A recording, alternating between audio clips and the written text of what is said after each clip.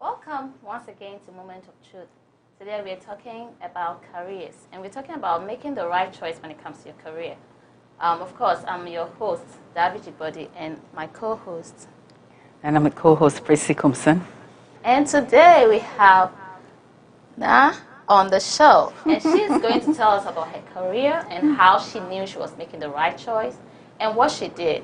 So she'll tell you a little bit about herself. Okay, wonderful. It's great to be a guest on the program.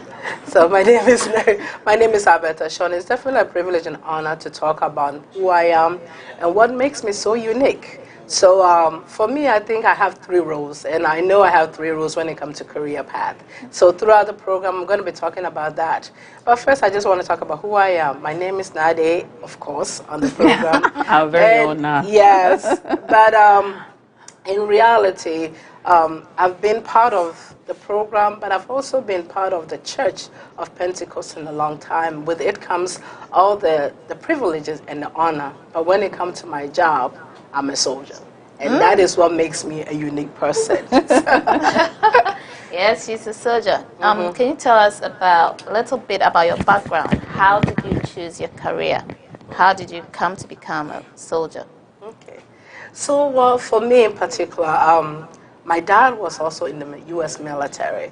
And when I wanted to join the military, he wasn't very happy about that. But I wanted to travel. So that was the inclination that I wanted a job that would allow me to travel. And the military offered me that job. So when it was time for me to join the military, there was no excuse. So I was really excited to join the military in 2000. And when I joined before the war started. So I joined not knowing that there will be a war that we have to go and fight. But I joined with the inclination that I'll have a job and I'll be able to travel. And those were two things that really encouraged me to join. Nice. So were you able to travel? Yes, I was. So it was funny. So my first duty station, or the military, that's a training. So when I did my training in 2000. I was in Texas. So here I was from Maryland going to Texas, and I got to Texas and it was hot. But before that, the military trained me in Missouri, and Missouri was cold. So I went from a cold to a hot. And then when I was there, I was like, whoa, this is a change in the weather. And then when I was done, my first duty station was Colorado, which was also a very cold place. So in Colorado, I actually ended up going to Iraq. So this was during the beginning of the war. So I went to Iraq in the beginning of the war, came back from the war, came back to Colorado, and then came back to Walter Reed, which was at that time in D.C. And then I was in Walter Reed for 5 years. And then they're like, do you want to travel again? I said, yes. So then they sent me to Germany. So I ended up staying in Germany for 5 years. So yes, I did travel. Oh, I really good. did travel. You enjoyed it? That's amazing. Just what you wanted, right? That's what I wanted. So Yeah. I was very proud, very encouraged about the ability to do my job and travel. Awesome. Yes. Yeah, so Miss Ashton, this is very interesting to learn about you. Obviously, when you hear soldier, you think you're hardcore, right? Right.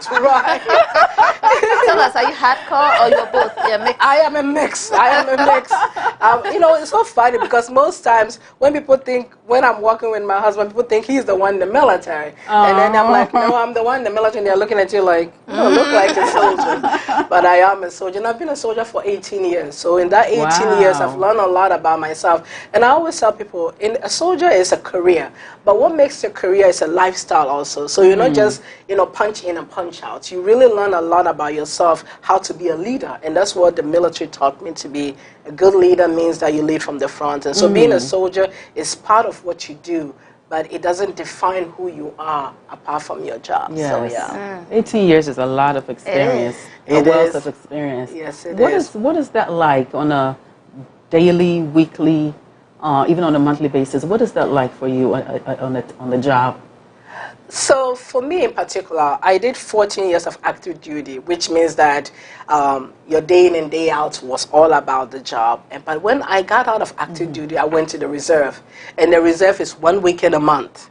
And it means that weekend, before the week starts, there's phone calls, there's memo, there's emails. So you don't really go there and say, okay, this is my weekend. I just go there, check in and check out.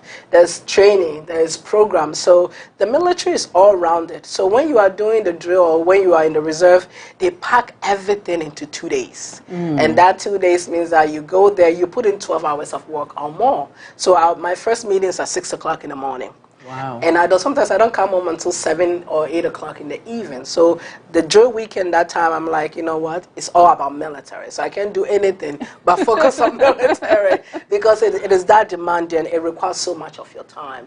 And so you really have to give it your 100% when you are there. Wow. When you say reserve, comparing that versus active duty, so, and you one weekend, so does that mean that Monday to Friday you get to relax and chill? No. And then how weekend you go? So that is why I said I have 3 different jobs. So my first job in the military is a soldier. So they train everybody to be a soldier. So that's what I do. My second job is a nurse. So I'm a nurse in the military. So that weekend that I am in the military, I focus my job solely as a nurse.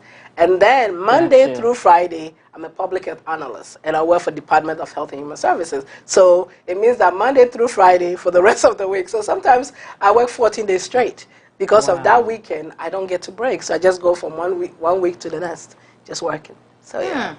Nice to hear. So tell us, what are your main responsibilities as a soldier? So I'm a sergeant in the U.S. military. So it means that you train soldiers. I am the training NCO for my division, so my enlisted group. And so our day-to-day activities means that the commander will tell us, we are getting ready to deploy, or they are telling us something is going on. So we will spend majority of the time getting ready. You go into the shooting range. You're getting soldiers ready to pass their PT tests. You're getting soldiers ready to do their job. So as a nurse, I spend most of my time training soldiers how to take care of soldiers when it comes to the war. So you train as you fight. That is one of the things military talk about all the time. So we'll be training as we are getting ready to deploy. So we will set up tents so that when you get deployed, you are in the field and you don't have anything. You are in there. You're just training. So you train. You set up tents. You take care of patients. You do everything that you would do if you're downrange and there's no hospital around there. You can call 911. You are the hospital. So that's what we do. Wow. So this means you're not on the war front. No, not now. But you're training that when there's a need and you are at the war front, you are ready for it. So most of the nurses that are here work in the civilian sector as nurses. So most of them work at Johns Hopkins, different hospitals. So in those environments, they are not taking care of, some of them may be taking care of critical ill patients, but it's not the same thing as taking care of a war-injured patient. So you have to train with the mindset that, if the patient is injured in theater or at wartime, what are you going to be doing for them? It means that you cannot call 911. It means that you cannot stay there for a long time. It means that you are getting them ready and taking them to a higher level of care. So those are the things that we train soldiers to prepare their mindset to realize that your job is critical and being patient safety is also important. So are you training other soldiers or are you training nurses in the military? So we are training other soldiers who are nurses in the military. So yes, so we are all like my division is our medical team. So we are medical core nurses. So everybody in there have a specialty in the healthcare field. So they are not just nurses. We have dietitian, we have respiratory therapists, but we are all in the healthcare field. So when you set up a hospital, you set up a hospital to take care of everything. So that is how we train, to work together as a team. How many people do you train? Oh, on a given day, it depends. Sometimes we may end up like, 30, 40 people, 60 people. It depends on what subject you are training. Sometimes it may be more information. So when it's information, you can train a lot of people. But when it's one-on-one, you can only train like 10 people, and then you can do skill validation so they can check on their skills. But on a given day, on a weekend, you may train more than 200 people based on what is going on at that given time. So how many people are in your division? You were saying... So my division have over 500 people, but that is more of things changes. So each unit is divided into many things, and more is it's important to know that things change. So you have to be flexible. So do you know all the people in your division? Oh, that's a difficult question. You may know How people many by people do you actually? faces. Oh, okay. Oh, you may know people by faces, but they divide in a way. The military is very much about working within a team. So you know, if you study the military, we talk about platoon, we talk about team leaders, we talk about squad leaders. So we talk about company size elements. So everybody work within a team. So you may know maybe 11 or 12 people within your team, Yeah. and the team works with another team. So it's always about teamwork. And you train as a team also. And that is one thing that really help about comradeship. So, or building spirit core. Nice. All right. Moment of truth. We are educating ourselves about being in the military. So, for our viewers and listeners out there who are considering going into this area in the military, is there a fear associated with it? Like in your experience, did you ever come to a fear that, oh, if I go into the military, could I be exposed to danger? And is that something that others who are willing to come into this field should be aware of? Yes, I think it's very important. In every career field has its good and bad points. For the military, I said I went in before the war started. So when I went in, I didn't even think there was going to be a war, you know. But when the war started, everybody that was within the general area knew what is expected of them. So the military trained you to learn the skill set that you need to function. So whenever you are going to a job, I will highly encourage you. I tell people it's not a job, it's a career. And that means that it's a lifestyle. So I will not encourage somebody to go there if they don't feel, if they are not compassionate about what they want to do. Because it's not just something that you go there and you say, you know what, I don't like it anymore. You sign a contract. So they're going to hold you to that contract. And so it's not an easy thing to just say, oh, I quit today. So please be sure of it, of what you want to do before you join, because it's very important to know that, you know, when you sign a contract, you sign a contract for 4 years, 6 years, 8 years, whatever your contract is, the military is going to hold you responsible. Uncle Sam doesn't play with those things. So whatever you sign for, you're going to give it. They're going to make sure they get their time from you. So, yeah. Wow. You talked about the fact that you love traveling. So now you are in the field. What do you love most about the field apart from the travel? I love the people. I think for me, you know, you get to meet so many people from so many walks of life that it really enriches you. When you, at a given day, I go to work and I'm telling you, by the time I walk into the room, I've talked to more than 100 people because everybody's like, oh, Sergeant, sure, Sergeant. You know, so you get to know so many people that your day is never empty. You know, it's like, you know, you don't go to a box and just stay there. And every day is a different day. So that is how, that's what I love about it. Interaction with people, getting to know people, getting to talk their story, getting to really know their dreams, their vision, their aspiration, and just really get fulfillment that people are doing great things with their life and you are also part of their life. And I love that. How are you able to balance the responsibilities of the job with family lifestyle? Having an understanding husband. That is the key word.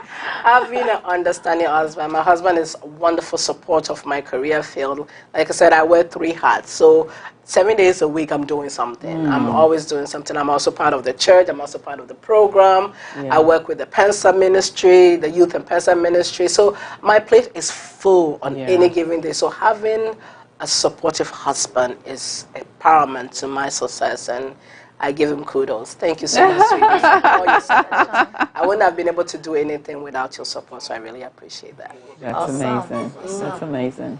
Yes. What do you like least about being a soldier? For me, I think now, you know, being a family person and also having a child, the traveling become, when I was young and not married, the travel was awesome. But now that I'm married and have kids, the travel is much more like, I don't volunteer for anything. They said, oh, I'm like, are you going to volunteer me? Like, if you literally want me to go, I will go, but I'm not going to be the first one to say, take me, let me go. I'm like, the last one on the list. And so the traveling becomes more difficult as you get older and you have more responsibility. But yes, traveling. The thing that drove me in down the Same thing that drove me in. Yes. Is there ever a time that you are able to turn down a travel to do an assignment? with ranks also come responsibility, and with it comes a privilege. You know, sometimes you can be able to talk to your leadership and say, okay, but if the tasks require you to be there, you cannot say no. But if the task they can substitute somebody else, then you can always say, oh, will you please send so and so. Sometimes the leadership themselves will say, oh, I will send so and so when you communicate with them. But it's really good to have a good relationship with your team and with also with your leadership, so that also helps. What kinds of decisions do you make? Yes. So tell us, Sergeant, can you tell us how the ranks look like, so we know where your rank is? Okay. From bottom tell us up. what kind of decisions you make at Okay. your rank. So I will call, in the civilian sector, I will call mid-level. So mid-level management, because in the enlisted side we go all the way to E9, and that's the highest you could go. So E5, which is a sergeant, is the middle level. Most times, so we have two leadership. We have the enlisted side and the officer side. So the officer side will start with the lieutenant all the way to a full-bird colonel, or a 2-star general, 4-star general, all those things. So when it comes to that, that is one area. But when it comes to the enlisted side, we start from E1 all the way to E9. So that is the leadership skills, and that is how the military works. So, with your position, you are midway. Tell us about some of the decisions you make and how it fits into the general. You know, so one of the things I love about the military is that, you know, whenever something is happening, the top level will tell you what you need to do. But when it comes to the mid-level place, you have to execute it. So they will tell you, okay, we need you to go here and get this thing done. But they won't tell you how to get it done. So you work with your team and say, okay, we need to travel to New Jersey. We go to New Jersey a lot. And we are like, we get to New Jersey and they're like, okay, we are going to move 7 beds from New Jersey to Colorado. And so then you have to figure out, okay, who is going to get the bed ready? Who's going to do? So it's a task-oriented skill stuff that people work all the time. So most times it's about teamwork. And it's about knowing your responsibility and knowing the people that you're working with. So for me in particular, I work with a training team. So on a given day, we are training soldiers. So we will look at what they have, what schedule, what skills that they needed to improve upon, and we ask questions. So we do what we call after-action review. And we'll talk to the soldiers, okay, so what areas you need, you know, some training on? And they'll be like, oh, I need more training in IV. So then we'll set up training in IV. So sometimes you'll be like, oh, I need training in making sure that I know how to write nursing notes. So those are the skills. So I do more of assessment and talk to them about things that they need to work on. And also come back and talk to leadership about areas that we need to improve. So it's a two-way street. Because I'm in the middle, I could go up and I could go down. So I could talk to the leadership and I could talk to the soldiers also. So I'm always around the soldiers trying to find how best we can help them to achieve their goal. And what are some of the things that is preventing them from achieving their goals. Oh, wow. That's really good. That's amazing. Awesome. And that is, I think That's a problem-solving kind of person. Yes, and I think that's one of the things that I also, happen.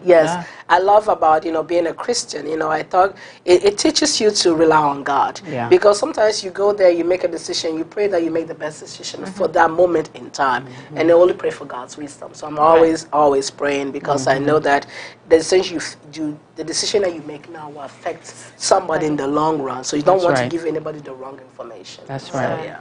Right. So now, what would you say are some of the current issues, even trends that our audience can be aware of? Oh, so when it comes to soldier, I think it is important to know that the dynamic of soldier changes based on what is going on. So with us in particular, the military is getting smaller. So meaning that, the changes that affect you today may mean that if you want to join active duty, they may tell you, okay, you're going to be stationed in Hawaii, and then you may stay there for 5 years. That to somebody is not a problem, but maybe when you get there, you don't like Hawaii, and you're stuck in Hawaii for 5 years. So the military is changing in terms of how they move things around.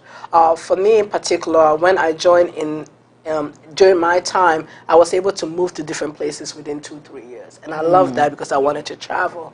And it did become a factor. But when you're going, I think it's important to ask questions. How will the job affect you and your family? Yeah. And if you don't ask those questions, you end up realizing that they may send you somewhere and you can't take your family because it's a difficult tour and they don't want you to take your family, and you realize that that's not what you want. So it's good to ask those questions when you make your plans. Those are major decisions. It is a major decision. It is very important. Yeah. I tell people, when you join the military, really talk to your family members, talk to your husband, talk to your spouse, and we have what we call family care plan, meaning that you have to make sure that the family care plan means that if they call you up at 2:00 in the morning, you cannot tell them that you don't have a babysitter. That is not going to fly. So that is why it's important to have that conversation with your loved ones, so that way people know that, they will send you to a training and you'll be gone for 2 weeks. In the summertime, I go for 2 weeks training, or sometimes 21 days, and I'm gone. And so if you don't have anybody taking care of your family and you're gone for 21 days, that is a challenge. So, It is. Yes, it That's is. why it's good Yes, you it have is. a supportive spouse. you have to have a supportive spouse, or you have to And a plan have in somebody place. to really help you out. Great so that support way, system. You need that. yes, you really do. You So, really moment of truth. We are learning a lot about life in the Oh, military. Major decisions here to make. So, tell us about the career path. Like, if somebody was considering going into the military now, what does it entail? Okay, so the military is like any other agency. So Department of Defense is a huge agency, and Department of Defense takes anybody in terms of where you want to be. So the military trained me to be a nurse. When I joined it, I wasn't a nurse. So the military have schools. They train people to be physician assistant. They train people to be PA. They will train you to do your job. So all you have to do is pass a test. But if you come in with a degree and you come in as a nurse or you come in as a physician, they will keep your skill set in that area. But if you come in and say, you know what, I don't know what I want to do. I want the military to train me. You take a test. And with that test, they will say, okay, we have A, B, C, and you can make a choice. Some people take a test and they are like, their score is so high. They will tell you, do you want to be in military intelligence? Do you want to study language? And they will send you to places to study language. If you want to be in the medical field, they train you to be a nurse, a respiratory therapist, a physical therapy. They will train you for all those jobs, because that's what the Army does. The Army train you so that way you'll be able to take care of soldiers. So yeah. Interesting. Is there an age limit? Yes, there is an age limit, and like anything else, when I joined the military, at that time I was considered an old lady. Like I said, As it was long as before you're the war. accepting. Yes, because you have to understand, most people join the military at the age of 18. Yeah. And some people, by the time school, some people finish high school, straight away they join the military. And some people join it when they are in their 20s, when they finish with their college, so they become officers. So with a degree, you are now an officer, or you're commissioned to be an officer. But the age limit is 35. But of course, with 35, there's also some waivers that they will do based on the job or based on what is going on. So if there's war going on, they may do a waiver. If there's no war going on, they may say, we don't need you. So, but just be flexible, because sometimes it may be an area that you are going through and you may have a degree, you may be a medical doctor, and they'll do a waiver for you. So it's a case-by-case basis. And that is important for you to realize also. What kinds of accomplishments tend to be valued in your field? We have the Army have what they call the Army core value. And the Army core value talk about loyalty, duty, honor, respect. Those are the things that the Army value among all things. You have to have loyalty, because the person that you are on your left or right is the same person you're going to be going down range with. And when the fighting gets tough, you want to make sure that I can trust you and I can trust the other person. Yeah. Yes. So loyalty is definitely, and duty. People have to understand that your duty is to the military. Whenever you join the military, they will tell you, there's always a running joke that we always talk about. They say the army didn't issue you a family, so that's why you don't have to worry about your family. But the army believe in camaraderie, having that camaraderie within your fellow workers, talking about spirit to core, working together as a team. And that is one thing the army value among all things. And so if you have duty, you have duty to the military. So most people that join realize right away that you cannot be a slacker. You have to be able to pull your own weight and be able to work together as a team. So that is good. Wow.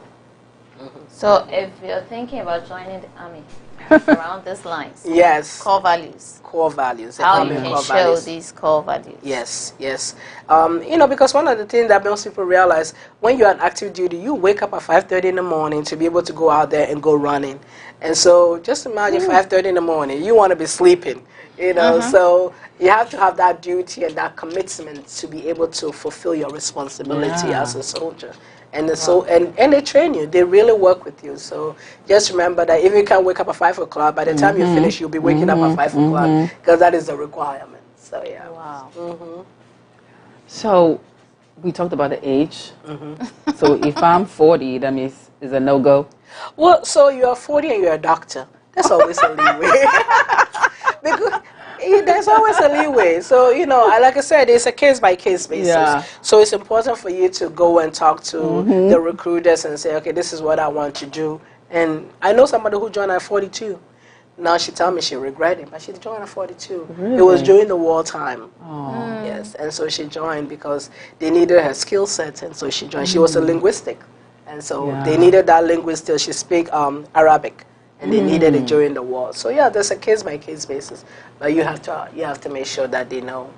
So if I am a nurse and I want to work with the soldiers, but I don't want to be in the military, does that work? Oh yes, it works. So Walter Reed also have civilian contractors working at the hospital. So you can be DOD, you can work for DOD and not be military or not be a soldier. You can work there in the facility. You can skip the trainings. Oh, of course. You can skip the training and still work for Department of Defense. Waking up at 5:30 a.m. and all of that. Yes, you can still work without all the training. So the training is good for you, but you can work without the training. So tell us, how did you begin your career? So my dad retired after 22 years in the military. So my dad have always, I was raised in the military. So I saw the need or the job as a lifestyle. So I was introduced to that lifestyle at a very early age. So I really enjoyed that lifestyle. I love the traveling. I love the discipline. I love the ability to do great things with a lot of people. So that was what motivated me to be part of the military. So yeah. So when you wanted to be enlisted, your application process, and can you tell us a little bit about that? So the military is not application; it's taking a test. So I went in and I took a test, and that's the test. You just entered the office. So how are you just informed the about office and then taking the test? How does a person become informed about what test to take? So most of the time, soldiers will come to your school. In high school, they came in and they talk about, your counselors will tell you if you're interested in joining the military, you can take the ASVAB test. So I took the ASVAB test. I scored very high on it. And so the recruiter kept calling my house, and my dad kept hanging the phone. It's like, no, my daughter's not going to the military. My daughter's not going to the military. So I went to college. I was in college at that time. And I've done ROTC. But my dad kept saying, you're not going to the military. You're not going to the military. So I was working, and then one of my friends said, where do you see yourself 5 years from now? And I said, I really want to travel. I was working in the nursing field, but I really want to travel. But I didn't want to be a travel nurse. And she said, what is stopping you from joining the military? I said, my dad. but then, Then I went to the recruiter and I said, I want to join. And so at that time, I have to retake the test again. So I retook the test. Yes, because the test is only good for a year. Okay. At that time, so I had to retake the test again. So to find out what skills area that I need to improve and stuff like that. So yeah, so you can walk into a recruiter and then they will ask you, do you want to take the test now? And you can actually even get a book from the library, the ASVAB book from the library, and study it, and then go there and take the test. So you can't just take the test online. You have to go to the recruiting center. You have to go to the recruiting center to take the test. How do you know where the recruiting center is? Just Google. Just Google the Army recruiters online, and they will tell you once in your general area. Every area, I would say every county has recruiting stations. So, and they have the Army, the Air Force, the Marines. So, wherever you want to go, I did the Army. Some people go to the Air Force, or some people go to the Navy or the Marines. So, wherever you want to go. So, yeah. Awesome. Could a person be denied? Oh, yes. The people can be denied. People can be denied on many things. Right now, if you want to join the military, they actually put you on waiting list if you are not a citizen. If you are not a U.S. citizen, you'll be put on a waiting list. And so most people don't realize that if you have a green card, they will still put you on a waiting list, because after you join the military, or after they give you a citizenship, then they will allow you to go to the training. Because during the war, what happened was that during the war, most of the people that were soldiers were not citizens. And so when they died, they couldn't bury them on Arlington Cemetery. Wow. You have to be a citizen to be buried at Arlington Cemetery. Really? So it becomes necessary that if you are going to send soldiers out there to fight a war, you have to make sure that they're American citizens. So when they come back, they'll be able to bury, or when they die, they'll be able to be buried at Arlington Cemetery. So where will those people be buried? Oh, so their family had to make accommodation to bury them. So yeah. That is interesting. Yeah, that was really challenging at that time. So yeah. So there is a rumor, or we've heard that when you're recruited, I mean, maybe it's times past, when you're recruited, you're given citizenship right away. Is that true? No. Was that ever true? Would that be nice? you know one thing I always said, before you listen to rumor, just make sure you go to the source. I will highly encourage people, before you even sign the dotted line, make sure that there's stipulations. Because if you sign, like rumor tell you that they're going to give it to you and you didn't ask and you just assume, then you are at fault. So make sure that if they say you're going to get a citizenship, make sure it's written. It's written a dotted line before you sign it. So yes. So you mentioned that you after high school you went through college before even getting into the military. Does what you study, whatever it is, area, subject that you study in college, have any relevance to being in the military? To me in particular, I was in the healthcare field. So when I was joining the military, I really wanted them to make sure that I fall into the same category. So I think it's important that when you are joining the military, have a preconceived notion of what you want. Because when you finish taking a test, one of the things that really get to people all the time is when the military need you, they will give you bonuses. So they will give you a bonus of like, $10,000. I'm giving you a bonus of $10,000 because we need cooks. And so they'll make you a cook. Yes. So you're going to be a cook for the next 5 years. You hit the kitchen. Yeah, you hit the kitchen. They'll corner you into a career. They'll corner you into a career. So before you sign the dotted line, make sure it's something that you want. So don't run for the money. Don't go for the money. Don't go for the $10,000 or the $20,000 that they're giving you. Make sure it is in the area that you want it. Because for me, like I said, I really wanted to be in the healthcare field. So even when they said, they're going to give me 20, I'm like, no, I'm just going to sign when you said healthcare. So I'm signing when you say you're going to train me to be a nurse. And so that was my convicting factor. So yeah. So you cannot change your mind once you sign that contract? Once you sign that contract is binding documents and they will hold you to it. So before you sign the dotted line, make sure it's what you wanted. But after you finish, let's just say you signed a contract for 4 years. After that, you say, you know what, I hated the job, I'm going to reclass. So you can reclass for another job. But your initial contract... If it's 4 years, the 4 years must end before you can change to something else. Yeah, well, so if you are lucky and something happens, they may allow you to train for it, but you still have to fulfill the obligation of that contract. Wow. And that is important. Okay. So I sign up as a nurse. I have to finish that contract and then sign up as something different if I want to. Now, what if I decided that, okay, this is, I absolutely hate it, I don't like this, I want out?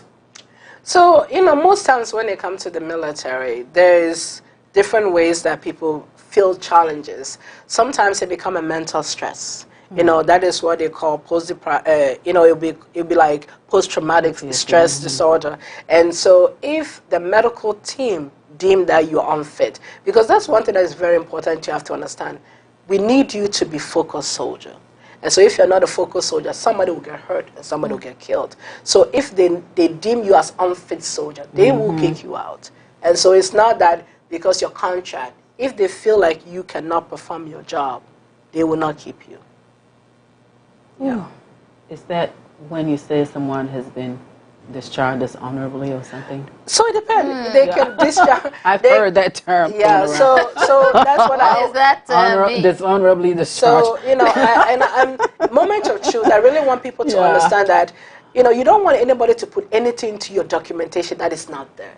So don't try to misbehave so that way they will take you out. Because when they do that and they give you dishonorable discharge, it makes it very hard for you to get a job in the government. And so you want to make sure that you are honorable discharge from the military, not dishonorable discharge. It means that you have to go by the strict rules of the land and make sure that anything that they're telling you to do, you do it. Don't try to cut corners because in the end, it will come back and hurt you. Yeah. Now, if you were to get a job outside of the government, could that record still follow you? Oh, yes, it could follow you. Because what happens is that most times when you're applying for a job, they ask you, are you a veteran? Have you been, so those questions. So when they ask you, there's a form that the military give you when you get out. And they want to know because each agency gets preferential credits for hiring military. So they want to say, oh, we have 2 veterans in our company, and of course you show them your record and they say you're dishonorable discharge. That doesn't work. I don't like that. So you want to make sure that your record say you're honorable discharge, discharge from the military, and that's important. So yeah, I think it really just speaks, generally to whatever the core values, exactly. Whatever it is that you're doing, that you put your heart in it, that your passion goes into it, and then you really satisfy what the job wants you to do, and that you do it to the best of your ability. That is so true. It's just core moral values. Yep. Yeah. And that's a very good expectation when one's choose any career field. Yeah. A nurse, a soldier, a teacher, whatever career field that you choose, it is very important for you to make sure that you're doing to the best of your ability and not try to take the easy way out of it. So yeah. Wow. Wow. So if you have just one thing to tell our audience out there, what will you tell them? If I have one thing to say, I will say that when it comes to your dreams, remember that your career path doesn't necessarily have to be a straight path. When I started in the healthcare field. I've been in the healthcare field for over 20 years. I've been a soldier for 18 years. I'm now in the public health sector, and I've been in the public sector for the 4 years. And that 4 years, I've learned a lot. But every skills that I've learned built up upon what I've learned. So just don't feel like you're in a shoebox. Sometimes you feel like I've been a nurse for 20 years. I'm going to die a nurse. If you hate it, change it. And a soldier, I know soldiers who have been soldiers for 30 years, and some soldiers were only soldiers for 4 years and they quit. So every job that you take, just remember that you have to reassess yourself. I love Jeremiah 29. It said, talk about the plans that God has for us. Plans to prosper you, not to harm you, plans to give you hope in the future. So if your prosperity is not in your job field, stop it. And remember that God has a plan for you, but really seek after your purpose, and God will make sure that you are happy in that job that you are chosen. So yeah. So you're happy, Great right? advice. I am really happy. I love my job. I love all my jobs. I love everything that I do. As soldier and nurse, working in the public health sector. I love working with the youth at church and the Pensa members. I just love it. It's just who I am. So.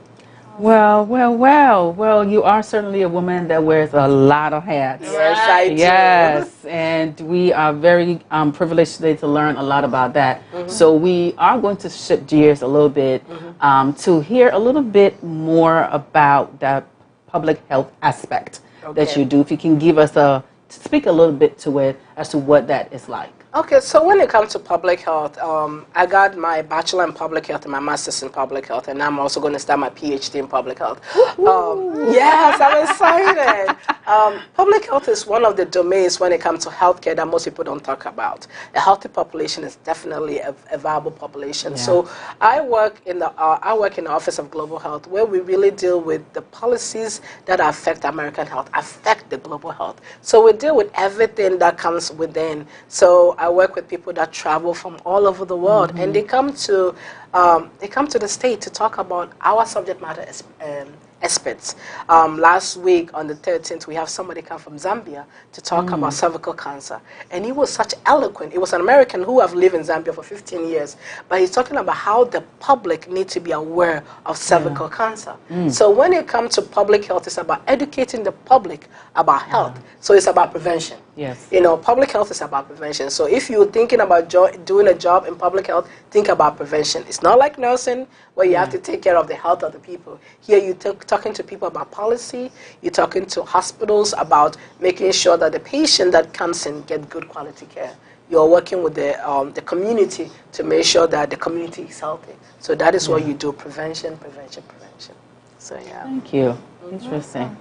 So we're also going to learn just a little bit about a few other careers, and we have our very host here, Davi, who's going to tell us a little bit about her career. So Davi, over to you. Okay.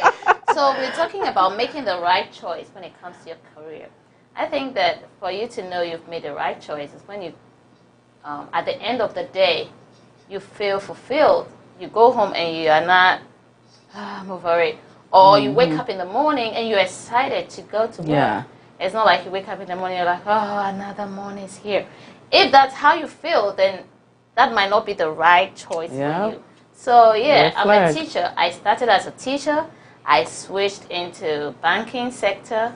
And I thought it was the bank. So I switched to another bank. Still, I started falling sick even.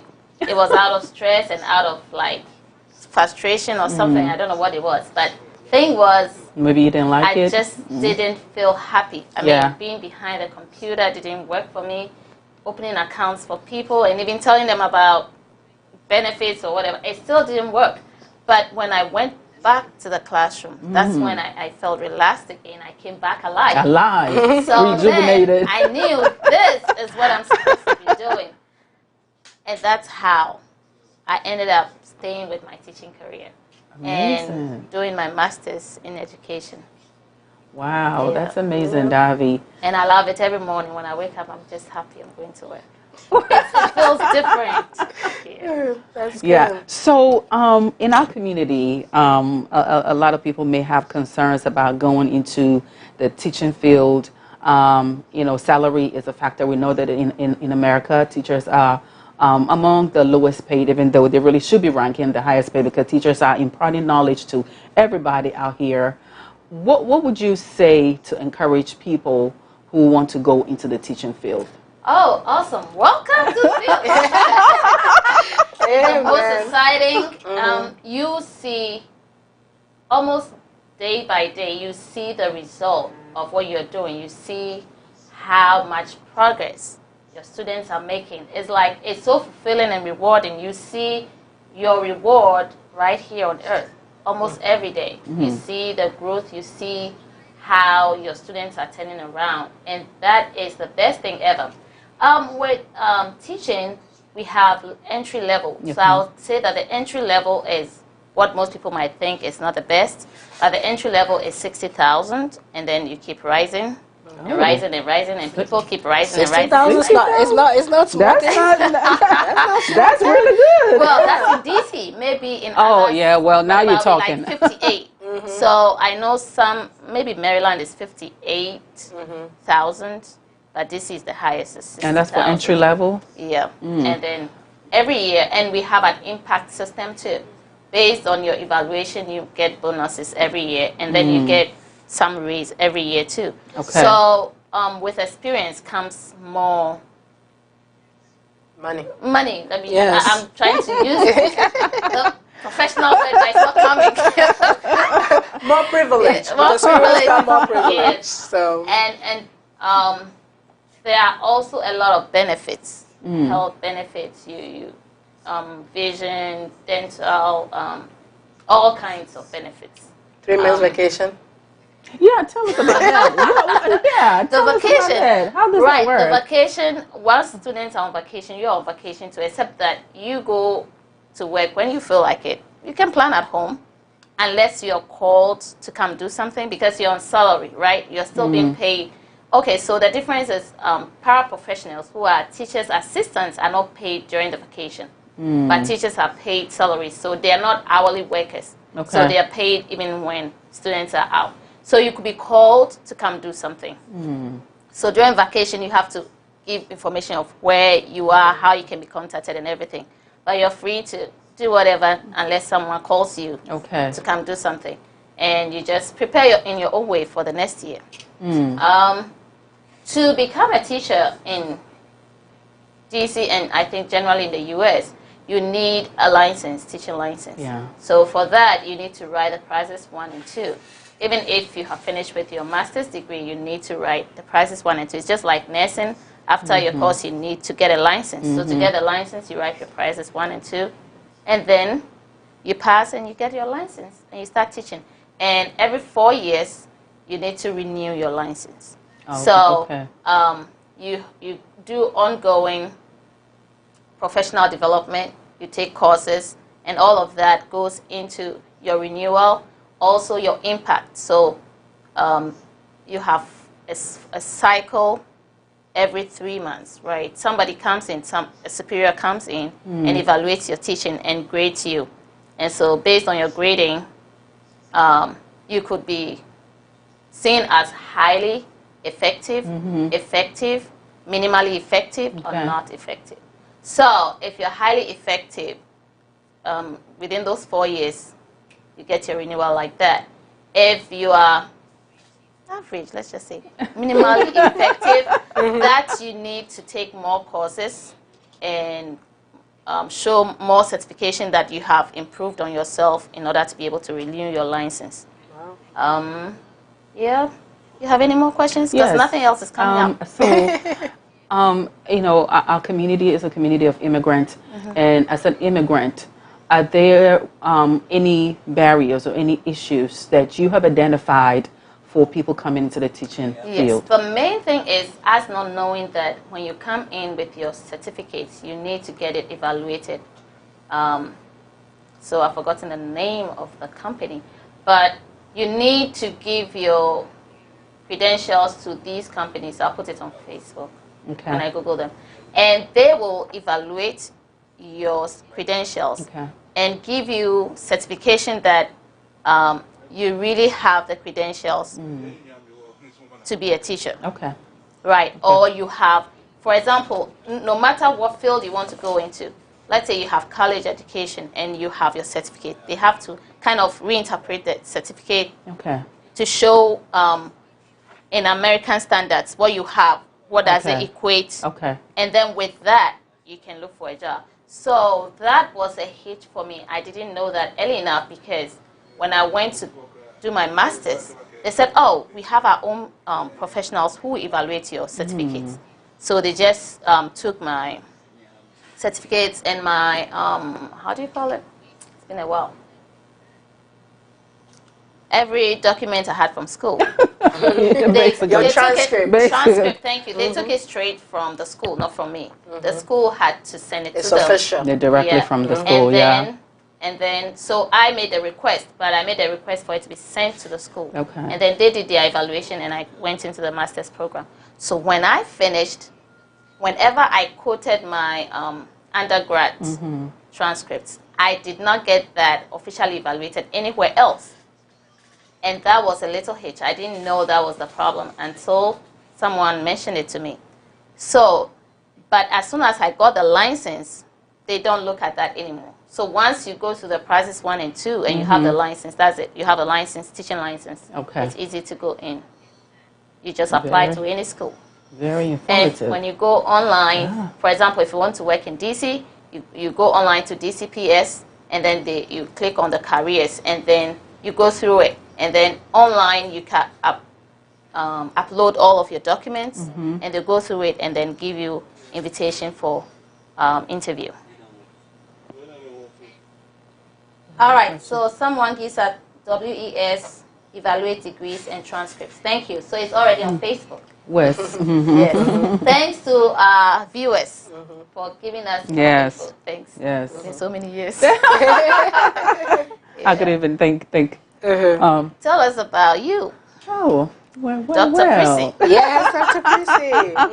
So I am a nurse. I am educated at the doctoral level, and even though, and I just like to just really clear a myth out there about nursing. Okay, so I hear a lot of times some people want to go into nursing, but then they say, "Oh, I'm scared of blood. I don't think I can work in a hospital because I'm so scared of blood."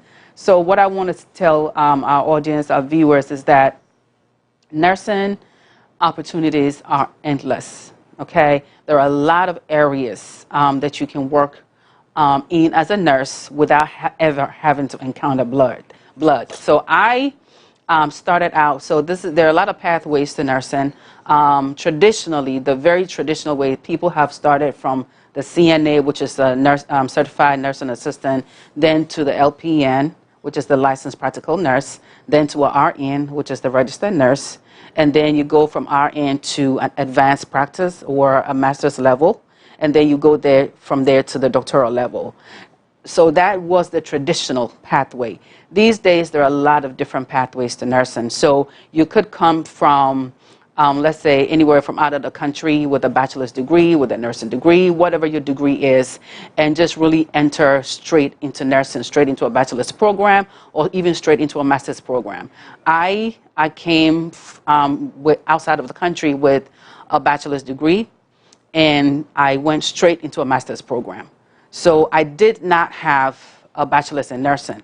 I could go straight into a master's in nursing program with the degree that I had from a different field. Okay, and that was very challenging because I did not have any nursing background. So you want to consider that that could be very challenging, yet it is nothing that you cannot do. And then from there, I did my my doctorate degree. I do want to say that if I had a chance to do it differently, I probably would, because I would get the Bachelor of Science in Nursing, which is the BSN first. And just that BSN really helps with marketability. And, you know, at the time, I did not understand. Because you're thinking, well, I already have a bachelor's degree. Why should I get another bachelor's degree? But this is a professional degree. And so it makes you very marketable in a very different way. And I currently work. So with that, what I did was a clinical nurse leader program at the University of Maryland. And that is considered a generalist degree. It is not advanced practice. And so when you come out as a nurse, you're really working, being in the same positions with RNs and BSNs who are just coming out. And then you work your way up. Now, of course, because you have a master's degree, it may play into when you're applying for certain roles, and depending on what the company is looking for, you may be a pick. But I have worked in healthcare insurance, and that is one of the areas that nurses do work in. I work in population health currently, doing public health. You know, a lot of focusing on the health care of the population. And so nurses do work in offices. We have nursing administrators. Yeah, we have nursing executives. You know, if you like the corporate world, that can be where you are focused. If you like the patient care, the hands-on, then the hospital may be a good fit for you. We have nurses that have never stepped a foot in the hospital, and then even in the hospital, you could work in the hospital, but not necessarily doing patient care. Yeah, so I really want people to be informed that nursing does not always mean that you are going to encounter blood. And so if that is your fear, then I am allaying these fears today. Rest assured. Rest assured that there are countless and just different ways that you can go into nursing, and a fear of blood should never hinder you from pursuing your nursing dreams. Awesome. Tell us about, you talked about marketability. Tell us about what kind of areas you can go into? Yes. So we have the nursing administrators who do mainly administrative duties, regardless of which company or which setting they are. And then we also have the nurse advanced practice nurses who specialize in certain areas. So they may specialize in psychiatry, they may specialize in primary care, which the nurse practitioners, they diagnose and prescribe just like doctors do. They are primary care providers. So those you will usually find in like clinical settings, even in hospitals, where the shortage of primary care providers, pediatricians, nurse practitioners really come in handy to really bridge that gap. There is also gerontology. If you prefer the setting of working with senior citizens and the elderly population, you can go into that. We also have nursing informatics, where people who are have a more affinity for the IT world can go into informatics. And so you're mainly working with hospitals, working with their software, whatever documentation, electronic medical record they're using. You will be at the forefront of that, training people. And then if you love to travel, that will come with a lot of travel opportunities. And that is a great field. It is a field that a lot of younger nurses are really emerging into, and is very, very promising. We also have, what's that other one? I forget this. There's one that is nurse midwifery.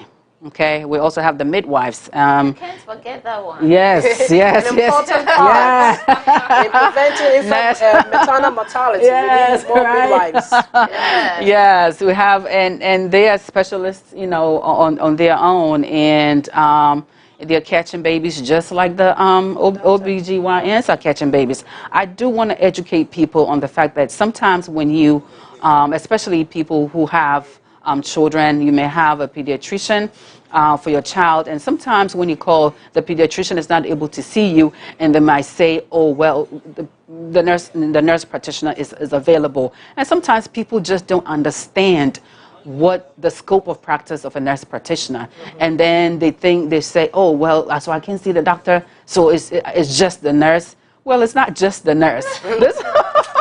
She's qualified to take care of your child, believe me. Mm-hmm. Nurse practitioners are in the perfect place to diagnose, take care of you just like the doctor would. And so if you ever have to are presented with that opportunity, take it, because the nurse actually spends more time with the patient on the average than a doctor does. And nurses, especially nurse practitioners who have worked on the floor before, they know a lot about patient care, and having that nurse at your side is a win-win situation. So I really want to educate the public about the role of the nurse practitioners. It's not just the nurse. This is a very highly qualified, highly educated to diagnose, to prescribe. And so don't run away from that, because I hear a lot of those stories. Awesome. We also have probably the highest paid nurses amongst us, the nurse anesthetists. Of course. Who are their main setting is the OR. They work. Their job is just like the anesthesiologist, but the only difference is anesthesiologist is a medical doctor, and the nurse anesthetist is a nurse. That is a high-level training. You have to have critical care nursing experience for a couple of years before you can even apply, before they would even look at your application. And so for those of you who would love to be in the OR, nurse anesthetist is a great. They get paid a lot of money. They really just like when you think about anesthesiologists, they make a lot of money. Well, nurse anesthetist probably the highest paid nurse. In the ranking of nurses. Yeah. Awesome. Thank you so much, our viewers, for staying with us. We've been talking about choosing the right career, making the right career choice. And as you go to bed, think about it, pray over it. If you're in a career field that you're not filled, you're going to pray to God and find out what really it is you need to do. Also, there is a test online that talks about your skills test or your talent test. Just Google it, do it, and when you're done, it can tell you some of your strong areas and what you could do as a career based on your strong areas. If you haven't chosen a career yet, best way to do is to pray and also take a career skills test. See what kind of things are out there. See what you would like to do. If you are in a state where you want to change careers, don't be afraid. Jump into it. Yeah. Pray about it. Do your homework. Jump into it. If you feel you need a change, go for the change. I went for the change 2 times and I came back. I don't know what you will do, but it is good for you to try it out and see exactly what your heart wants to do. Because if you're in a field where you are not happy, you can give your best. And guess what? It will even tell on your health. So you want to be out there helping and being happy. You know, when God put Adam in the garden to till it, it wasn't to make him sad tilling it. It was to make him happy and make him feel fulfilled. So as you're working for God, whatever you do for anybody around here, you're working for God and you're being paid for it. So if you're not doing it to the best of your ability because you don't love it, then you're not doing yourself a service. You're doing yourself a disservice. You're doing everybody else a disservice too. So think about it, pray about it, and God will bless you as you work. Amen. Amen. Doctor has a few announcements for us. Yes, so we have a few announcements for you all, and this is a great opportunity for you to really get engaged out here in the community. We have Delatech Global, who is a specialist in Linux training. So for those of you who are interested in the IT world, they are offering cutting-edge training in Linux system engineering and administration with introduction to cloud technology. And they are given one-on-one trainings, hands-on training, real work experience scenarios. These are all experiences that you can have. They're also given mock interviews and 100% job search assistance. Anyone who is interested, registration is open now. Please contact the number 443-764-1106. Number again, 443-764-1106 for more information if you are interested. The Church of Pentecost is also having a cookout right here at the church premises. This is on Saturday. This is this Saturday, and it's a cookout and a car wash. So don't be left out. Come and join and experience. Engage with others in the community. Pensa Youth Ministry, in conjunction with Comfort Realty, is presenting a real estate workshop. So anyone out there who is interested in the real estate business, this is a great platform for you to come and learn a lot. We have our very own member, Dr. Godwin Setchera. He's going to be at the forefront of it, and the workshop is going to be on Saturday the 29th. So don't miss out on it. You know, you're looking to get a little side gig here or even make it a full-time job, you want to be at this event. Thank you very much. And our guest for next week is actually Dr. Setchera. So you will hear from him next week, and then you'll find out what you can do. But book the date on your calendars and make it a point to be at the workshop. Thanks to our sponsors, Ashan's Collections, supply of electronics and consumer products. The number to contact is 024-354-8925 or 027-638-0091. Thanks also to El Shaddai International Market. Telephone number is 240-528-0076. Also thanks to Lean On Foundation and Ministries for sponsoring us. If you're out there and you would like to sponsor us, please, please, please contact us. We want more sponsors, and God will bless you abundantly. All our sponsors can tell you that God is blessing them. So please, we're waiting to hear from you. And some more announcements from now.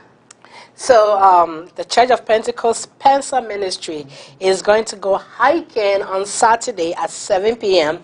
and we are going to Sugarloaf Mountain. So if you are Pensa members and you're in the area, please, you're welcome to come along. Come and join us as we go to Sugarloaf Mountain hiking and just really having a quiet time and moments with God and really enjoying our Christian walk. So you're all welcome. Thank you very much. Thanks to our producers, and technical team. Go ahead. And also thanks to our national head, Apostle Marco, our regional head, Apostle Semno, and of course, our district pastor, Apostle Evans Boateng. Thank you all for watching us, and thank you for being a wonderful audience. Until the same time next week. Bye-bye.